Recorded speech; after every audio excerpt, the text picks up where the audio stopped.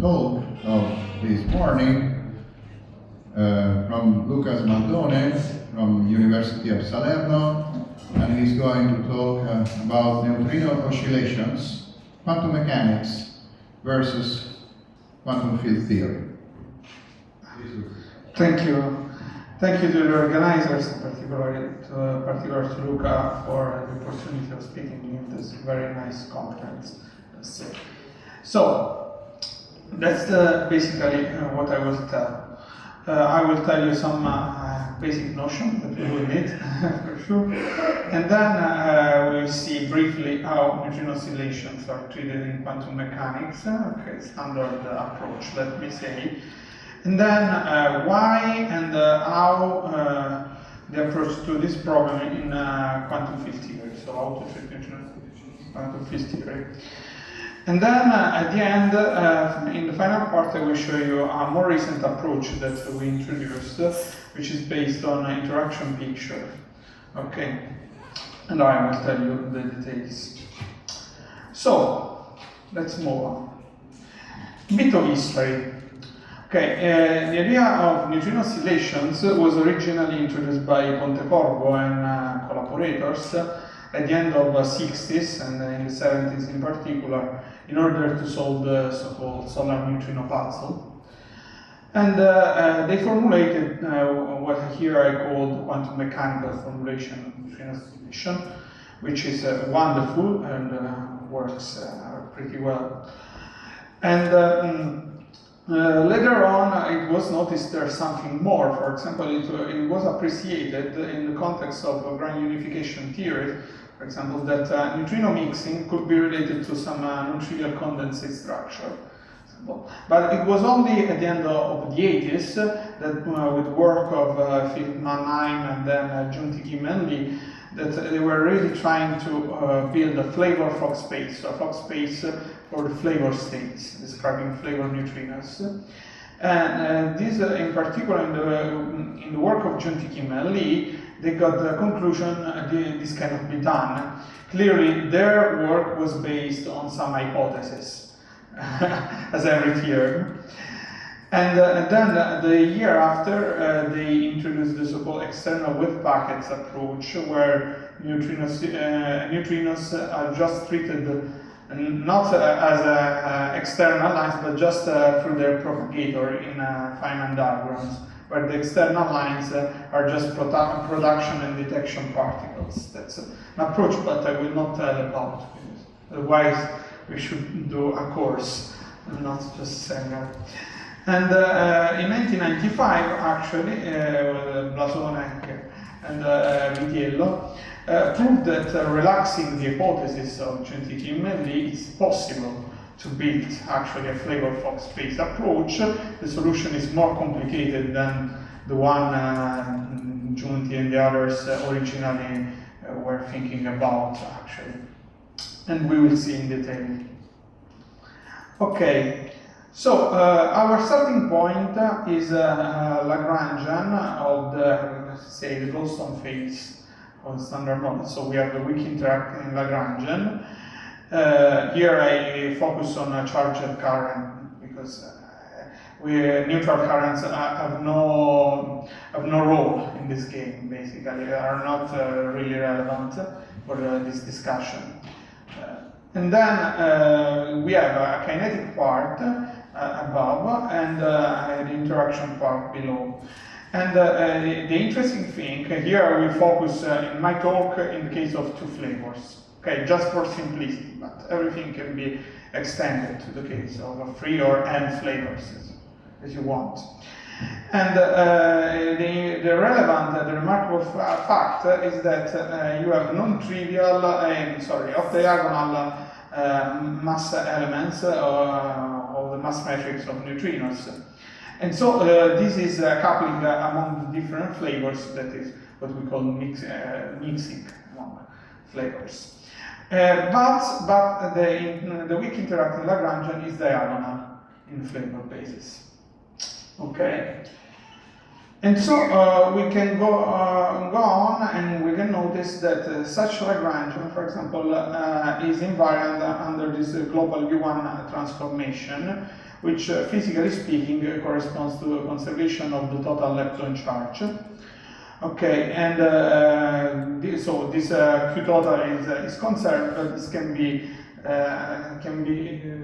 written. Okay, can be written as the sum of there's something. Okay, this can be written as the sum of neutrino charges and charged lepton charges. Okay, but why the charged lepton part is still conserved, the neutrino part is not, actually. And why? Clearly because of mixing. In fact, you can check these charges do not commute with the kinetic part of the Lagrangian because of the non-diagonal mass matrix for neutrinos. But, and that's important, they commute with the interacting part of the Lagrangian. In other words, neutrinos are produced with a definite flavor or are detected with a definite flavor, while during their propagation their flavor is not conserved. Okay, that's a rigorous way to formulate this fact that sometimes you find in textbook. Okay, and so now the problem is how to concrete problem is how to define the flavor states. In other words, if I want to compute S matrix elements, for example, for computing a decay rate, a cross section, what I should put here, basically, what is nu sigma? That's the question. We say that are produced with a definite flavor, so we have to define in a way or another some eigenstate of these charges. Okay, so let's see how Pontecorvo and collaborators were trying to solve this problem. So the Lagrangian I showed you can be diagonalized, the kinetic part of the Lagrangian, so the mass matrix basically, can be diagonalized by this transformation, which relates the flavor basis to the mass basis basically. Take care, this is a transformation among fields, okay? This is a general form. In case of two flavors, we have just a rotation matrix. In case of three flavors, we have the famous PMMS matrix, which generally contains also CP evaluating term. Okay, but what Pontecorvo and Bilenki, for example, wrote in a famous review at the end of the 70s was, okay, from that relation it follows that also the states are related in this way. We'll see that this is not true, actually. There's no proof in their paper of this fact. In fact, it's not true, actually. But, okay, this is a good assumption, and it works quite well, and actually we have to remark, I call it a quantum mechanical approach because this is just a single particle assumption. Okay, we have no Fock space, these are not generated by creation and annihilation of some vacuum state, we have nothing like this. This is just quantum mechanical single particle approach, where the mass neutrinos evolve according to the Schrödinger equation, basically.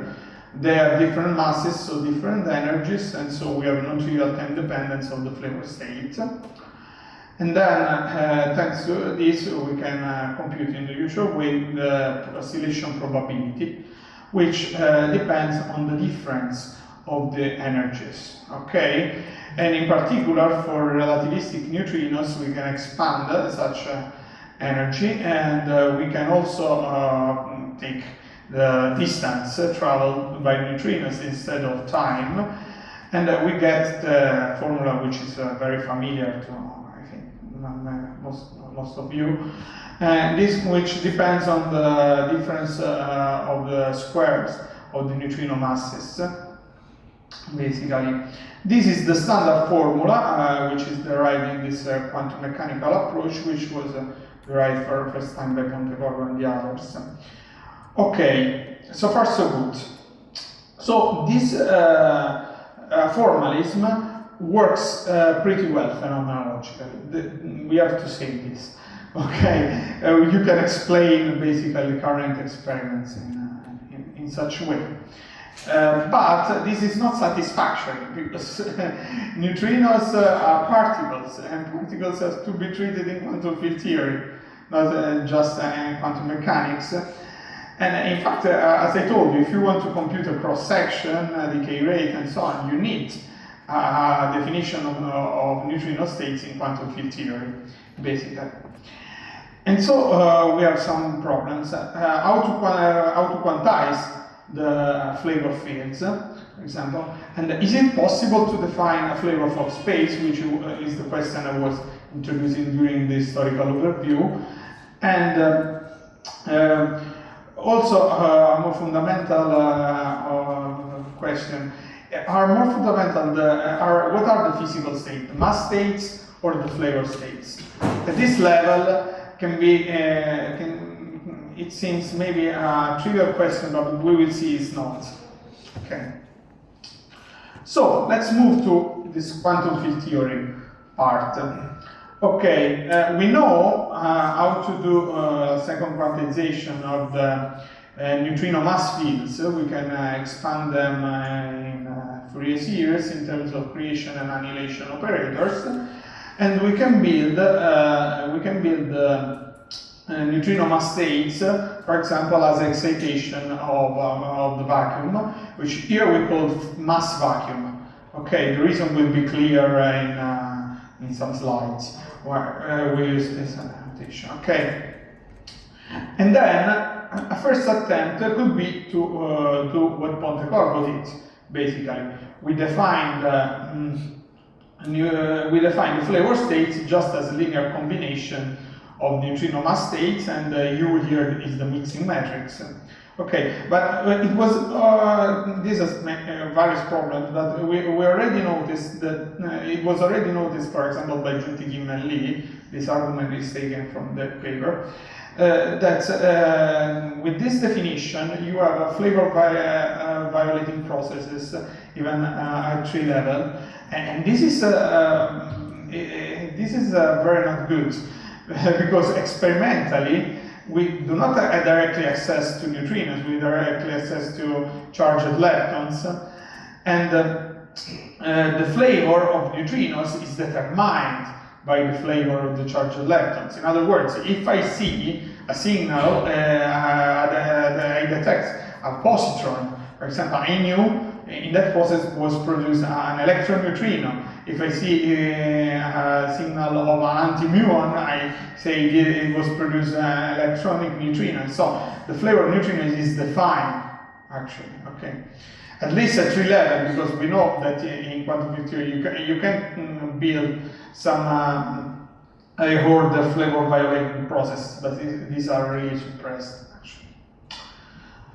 Okay, and so a proposal which was done this is by Junti collaborator are the so-called weak process states. So this is a possibility where you have still a linear combination of mass eigenstates, but now the coefficients of the combination depends generally on the production and the detection processes. Okay, and from this you can compute the oscillation probability by evolving with some free Hamiltonian from the production to the detection state, and you get this modified oscillation formula. What is phenomenologically at the moment the difference with respect to the Pontecorvo? There's no difference in the sense that such corrections are only relevant for non-relativistic neutrinos. So only in that case you can grasp the details of production and detection processes, if this approach is correct. Okay, so in the for relativistic neutrinos, this gives back the Pontecorvo formula, basically. Okay, but another proposal is the one from Blasone and Vitiello, which they noticed, let me say, they noticed this mathematical fact. This is correct. This is just math. You use Baker-Campbell-Hausdorff formula, for example, and you can compute that the mixing transformation, for here is for two flavor keys, can be rewritten in this way, in terms of some unitary transformation, which is this mixing generator here, G. Okay, but now the interesting discovery is that, and this is what in the paper of Giunti and the others was not understood at that time, that this mixing transformation of fields, when you expand the mass fields in terms of creation and annihilation operator, is much more complicated, because in general it contains also a Bogolyubov transformation. It's this product of Bogolyubov transformation and rotation. Okay, but this is the Bogolyubov transformation you are familiar with if you study QFT in covered space-time or condensed matter physics, for example, superconductivity and so on. You know, and every person working in this context knows that the action of Bogolyubov transformation on vacuum is really non-trivial. In fact, this does not live invariant the mass vacuum we defined above, and the state that you obtain acting with this general Bogolyubov transformation is called the flavor vacuum. Okay, that's the definition basically.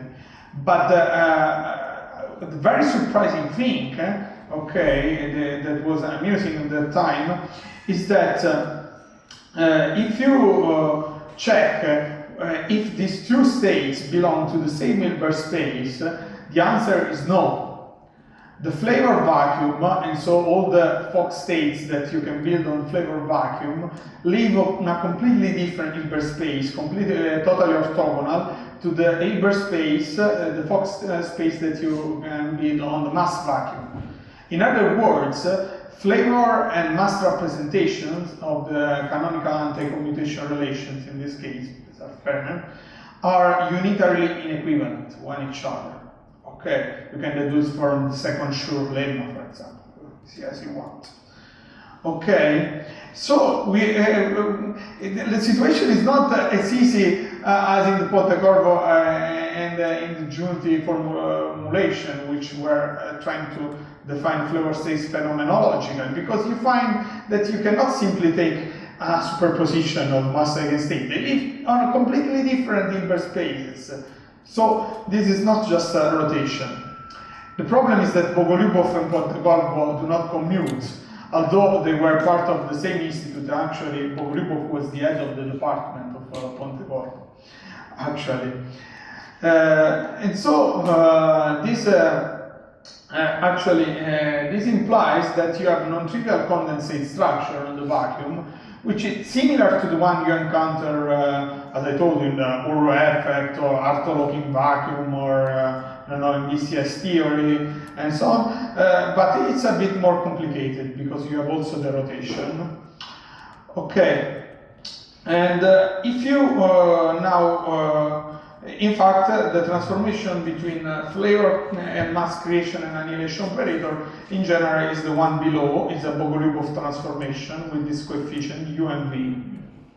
Okay, which combines both creation and annihilation operators, particles and antiparticles. And in general, that was this is the general definition of such creation and annihilation operators. And then now we can define flavor states as by the action of creation operator on the flavor vacuum.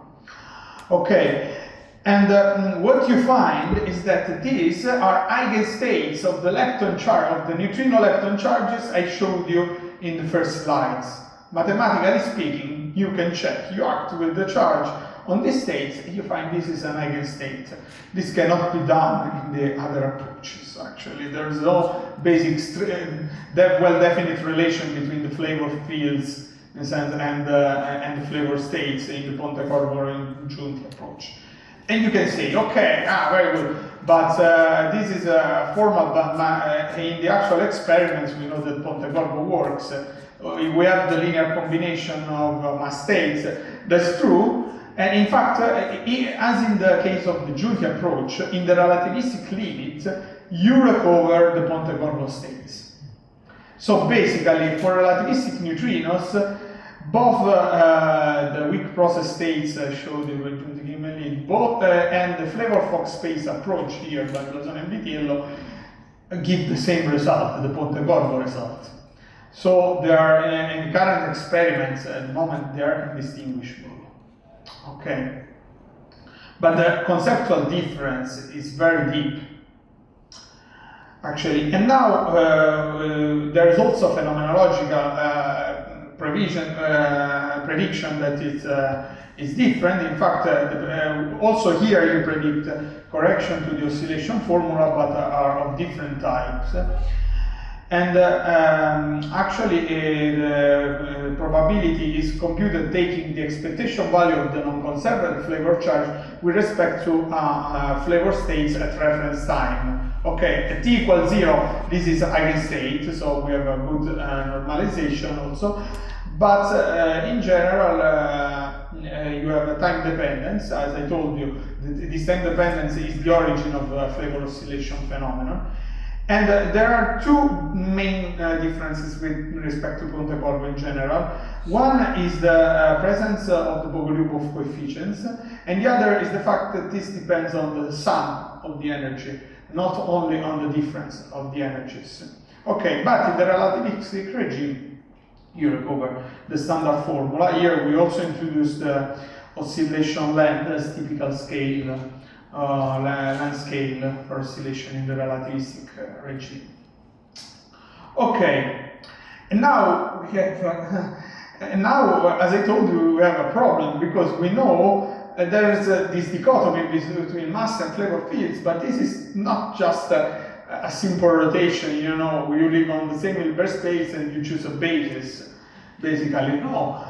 You have two different representations of in quantum field theory of your commutation relation. You have to make a choice. Do I want to work in mass Hilbert space, and so I should follow an approach like the one of Juti and Méliès, or should I work in the flavor Hilbert space and choose an approach as the one of flavor-Fox space? My personal thought, maybe understood, is that you have to work in flavor space, both because in this case you have no flavor violation at tree level because the states are eigenstates of the flavor charge, and this is not true in the other approach, and both because for me physics, give me a philosophical moment maybe on but physics is about what you measure or what you can observe. And neutrinos can only be produced and detected through weak interactions. And in weak interactions, neutrinos have definite flavor, not a definite mass. Okay, that's a matter of fact. And so, for me, the physical states are the flavor states because are the ones which are more directly related to observation. Okay. I don't care if Wigner told us that you have to classify particles and Poincaré representation and so on. That's the measurement. And so this fact can be formalized by introducing a flavor energy uncertainty relation. In which way? Through Mandel-Stanton procedure. Which is Mandel-Stanton is a formulation of time energy uncertainty relation, where now delta T is not energy uncertainty, but because we don't have time operator, but it's a typical time scale of a system which is regulated by a clock observable, and which here we call O, and in our case the clock observable is the flavor. So we define lepton charges, neutrino lepton charges at the beginning, and so these are natural candidates for the clock, basically. We know that the neutrino oscillates, so we have a clock, basically. And so, in fact, in work of 2019, we derived these flavor energy uncertainty relations. And actually, on the left of the middle equation, you find this is the general formula, okay, where this Q is the oscillation probability. On the right, you have expression in the relativistic limit. In this case, you clearly see, but you can also do in general, that the energy uncertainty that you find goes like the inverse of the oscillation length. Here, the situation is very similar to one of the unstable particles, which actually are also not a representation of the Poincare group. And then, in fact, for unstable particles, you have an inherent energy uncertainty, and the width of this energy distribution is related to the inverse lifetime, so has very specific physical meaning. You cannot eliminate such uncertainty. Okay. And in this case, it's the same. You have oscillation length, which has very physical meaning, and you cannot eliminate such energy uncertainty. Okay, if you believe, I mean, that we have to work in the flavor, in terms of flavor states, in the flavor Fock space, then this is a bound you can never overcome. In other words, you have no hope to measure neutrino masses better than this. Okay.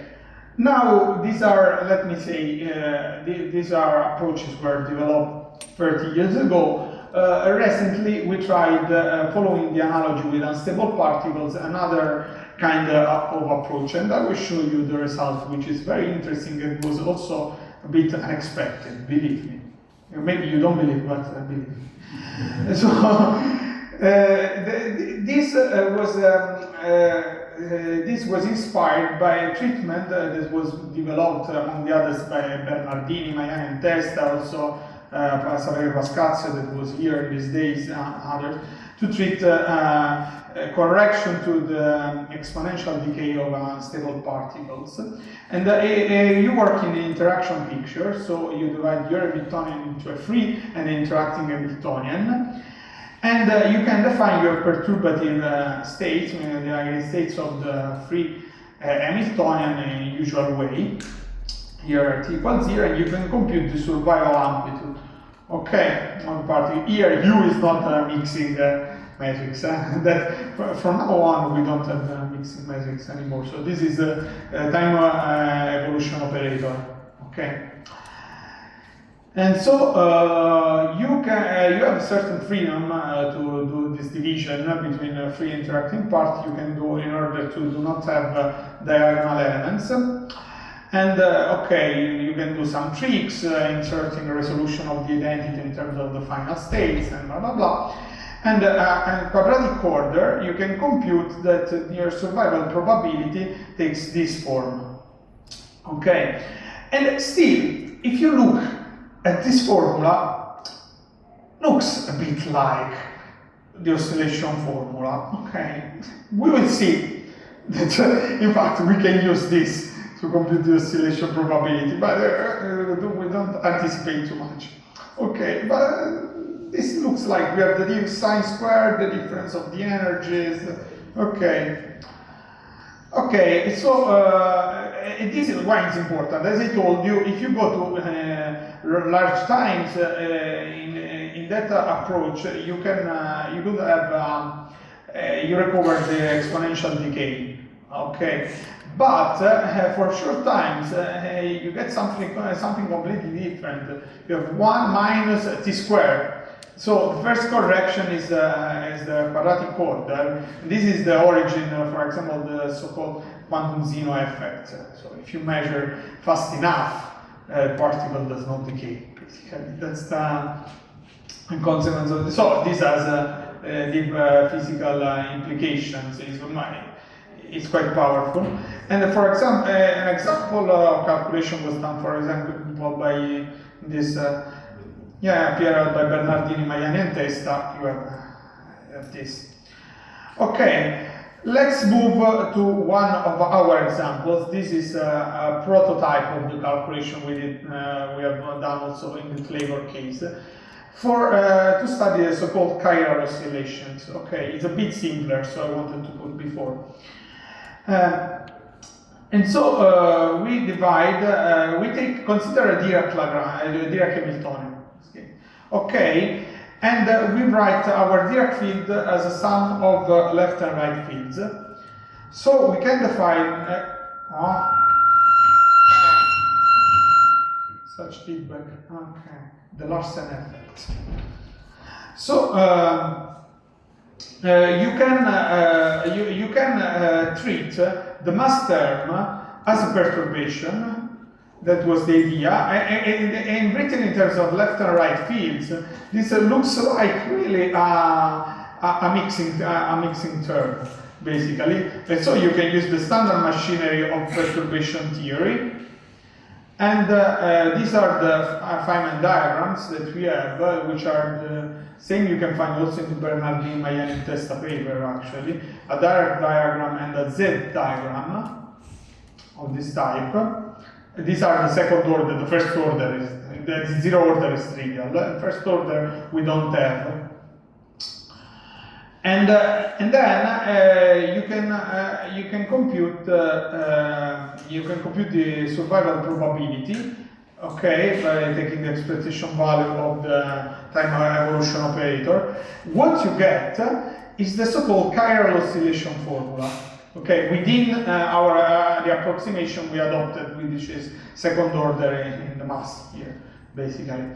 But in the paper we did the calculation at fourth order. Already this result is very non-trivial, but you can do calculation at higher order, and this matches the complete oscillation formula you can compute in quantum mechanics and quantum field theory. Okay. And now we'll move on to the case of flavor oscillation. In such case, the idea of this paper was to incorporate the mixing term of the Lagrangian among the interacting term. If you remember at the beginning, I said here we have the L0, which is the kinetic part, and I have weak interaction part. Okay, and if you wanted the diagonal kinetic part, you had to move to the mass basis, but we have seen this could be problematic. And then the idea here was, let's move the problematic part, the mixing term, among the interactions. Okay, I think this is legitimate, I think. And let's treat it as a perturbation. Clearly, this generally is not, this is just a methodology, you know, this ME mu generally is not small, okay, one can do an objection. But in fact, our hope is to completely resum the perturbative expansion. At the moment, we didn't manage, but we hope we can do. Okay, this is quite formal in such sense. And so you can compute the interaction Hamiltonian, which you need for the Dyson formula. And this is not so difficult, actually. And it is written in terms of this coefficient, W and Y. And you can ask, are these the Pogorelov coefficients we have seen before? No, they are not. But we are not so far, as we will see in a few slides. And you can check the diagrams for the survival probability second order are the same as chiral oscillations. That's why I wanted to show you that simpler example. Okay, and if you compute the survival probability in this case, you get such a result. And this, when we found, say, okay, this looks very, very similar to the result, the oscillation formula of the Flavor-Fox space approach. This is very annoying. Okay, this looks very, very similar, but is it the same? That's the next question. Okay, and the answer is yes, it's the same, because you can reconstruct the Pogorelov coefficients. And that's it's a magic. you know. I feel, you know, in front of you, in front of this kind of theater, like the Voland of the Book of Bulgakov, you know, doing this kind of magics. And I'm the devil, basically. And, and so we reconstruct the Bogoliubov coefficients. Why you reconstruct the Bogoliubov coefficients, you can also reconstruct automatically the mixing angle. And there's no Bogoliubov transformation. There's no flavor vacuum here. Just perturbation theory that you can find. Chapter 8 of the Greiner-Reinhardt book. I don't know. Okay, just that. And so, we recover a result within our approximation. Clearly, this is a second order calculation. Is exactly the formula of the Flavor-Fox space approach. And so, just to conclude, we know that neutrino oscillations are very significant, or maybe the most significant signal of physics beyond standard model we have, because our fact, well-established fact, I would say, which is not explained within the standard model. And phenomenology is well explained by the Ponte-Corvo theory, but we have seen that Ponte-Corvo theory is a quantum mechanical approach, so we need quantum field theory. Many reasons, are particles. So, and there is no agreement how to treat them in quantum field theory. But in this agreement, the lack of agreement is related to this dichotomy between the flavor of mass and mass. And we have seen that through time-energy uncertainty relation, this can be viewed as a dichotomy between a finite time approach, which like the last one I showed you, or the Flavor-Fox space, and asymptotic state approach, which is the one of Juntigin and Lee. Okay. And okay, but we have seen that recently this perturbation theory approach we introduced gives the same result of Flavor-Fox space in an independent way. Okay, so that's quite interesting, I think. So, perspective. Clearly, first thing one should ask is, but phenomenologically, how can we distinguish these cases? And there are some proposals. Because we have to look to non-relativistic neutrinos, one thing was thought is okay, let's try to have a look to cosmic neutrino background, clearly, when we manage to detect neutrinos cosmic neutrino background. In that case, they are very non-relativistic neutrinos. So in that case, you expect some correction to with respect to the Ponte-Corvo theory, to the decay rate that you can compute, for example, the capture rate, in such case. Or another proposal that was done, it was to look at the tritium beta decay. In that case, the neutrinos are much less energetic than in the case of neutron beta decay. And so, looking at the endpoints of the Curie plot, you should look at different shapes for different models, which should, in principle, should permit to discriminate. Clearly, we are still a bit far. We'll see with Catherine, for example. I don't know how far we get. And from a theoretical point of view, my interest will be through some such series to show there's in a way that still I don't understand the equivalence between Flavor-Fox space and the perturbative approach I showed you in the last slides. And so, thank you for the attention.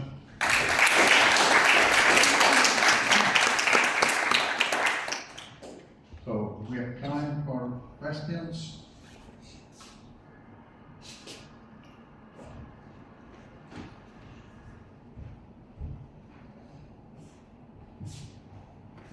Thank you very much for the talk. So like, I think I'm confused at some point. So like, let me confirm that like, first you assumed that the perturbation series that you showed like by decomposing the off-diagonal components of the mass matrix into and treated as an interaction. Yes. And like, as you said, like it doesn't necessarily to be the perturbative regime. But you believe that like it's gonna be a resound at some point, and you can consider it. Exactly. Part of it. Why you believe in that? Because it's because that as you said, like you consider the flavor basis should be the base. The physical basis, let me say. Yeah. Okay. Exactly. That's something different. So like. Exactly. You are right. We do perturbation theory, but clearly, phenomenologically speaking, we cannot do it. But that's a quadratic interaction that I think that at some point me or someone better than me will manage to resound that series. Okay, but like so, for instance, like do you expect that like, after you succeeded in that the resummation, like you will get like something different from the computation that we have already done, like with the mass basis in the non-relativistic regime of neutrinos? Yeah, we expect that we find. I go also beyond flavor oscillation for. Here, I expect to. I don't know if you can see. I expect to find this one, basically. This non-relativistically corrected formula, because it's what we find in at the second order. So why we should get something different, resumming everything? I think that at a certain point that theory will we will prove it's completely equivalent to this flavor from space approach, but not on mass basis. We work still in flavor basis. Okay, maybe one last question. Anybody want to ask anything? Okay. If not, let's thank the speaker again.